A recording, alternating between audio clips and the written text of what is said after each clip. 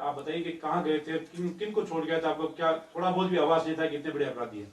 परसों रात को मैं हॉस्पिटल गया हुआ था, तो मेरे पास कॉल आया। मेरे साथ ही रहता है एक लड़का, जिसको भी ऐसे इस घटना का कुछ भी नहीं पता था। वो अपनी शॉप से आ रखा था पेट्रोल पंप की तरफ, तो उसका कॉल आया था कि 2 सवारी छोड़नी है सुजानगढ़। तो मैं बोला ठीक है, छोड़ दूंगा। फिर मैं घर पे आके वाइफ को ड्रॉप करके हम हॉस्पिटल गए हुए थे। ड्रॉप करके फिर वापस गया था, तो वहां से वो पीछे वाली सीट पे बैठ गए थे दोनों। और जिसका कॉल आया था और एक लड़का और साथ में था जो मेरे साथ ही रहता है, वो एक लड़का पीछे बैठ गया और आगे की तरफ एक लड़का बैठ गया। उनको मैं बोला आप दोनों चल लो, नाइट का टाइम है, 2 लड़कों को छोड़ना है, आपने फोन किया तो साथ में सेफ्टी रहेगी, नाइट का टाइम है। तो हम चले गए। फिर उन्होंने 1500 रुपये पेट्रोल पंप पे दे दिए हमें, लाडनू पुलिया के पास में जो पेट्रोल पंप है डीडवाड़ा में, वहां पे दिए। तो मैंने तेल डलवा के वहां से फिर सुजानगढ़ की ओर रवाना हो गए। तो रास्ते में वो बोल रहे कि हमें कभी चूरू छोड़ दो, सालासर छोड़ दो, हिसार छोड़ दो।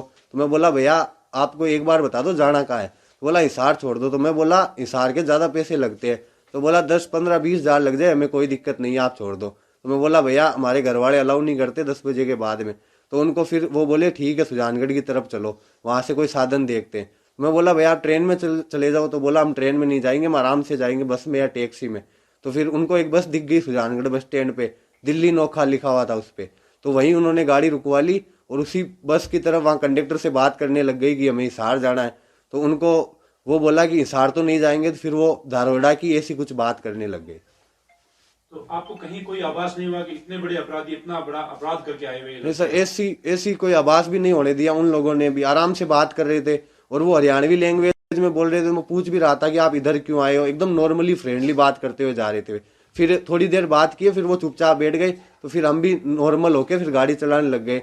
और जैसे ही मतलब लाडनू के पास आने लग गए तो बार बार में बोल रहे थे कभी सालासर, कभी सुजानगढ़, कभी हिसार, कभी चूरू, ऐसे बोल रहे थे।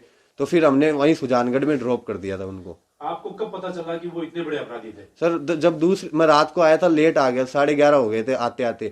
तो दूसरे दिन जब मैं उठा था तो हमारे शॉप पे कोई नहीं गया था। तो मैं बोला गए क्यों नहीं। तो बोला आज मार्केट बंद है, किसी का हत्याकांड हुआ है वहां पे। तो मैंने न्यूज देखी थी, वीडियो देखे थे स्टेटस पे। तो स्टेटस को जैसे जूम किया ना, तो मुझे लगा कि ये तो रात वाले लड़के हैं जिनको ड्रॉप किया था। तो फिर मैंने अपने घर पे बताई थी सारी घटना की ऐसा हुआ था और इनको मैं ड्रॉप करके आया था। फिर घर वालों ने मुझे, कजन अंकल है उनके पास में भेजा था, तो वहाँ कोई नहीं था। फिर मैंने शाम के टाइम 6 7 बजे करीब अंकल को कॉल लगाया, मैं ऐसी बात है क्या करूं। तो उन्होंने बोला कि पुलिस की हेल्प करनी चाहिए तुझे, थाने में चला जा सीआई साहब के पास में।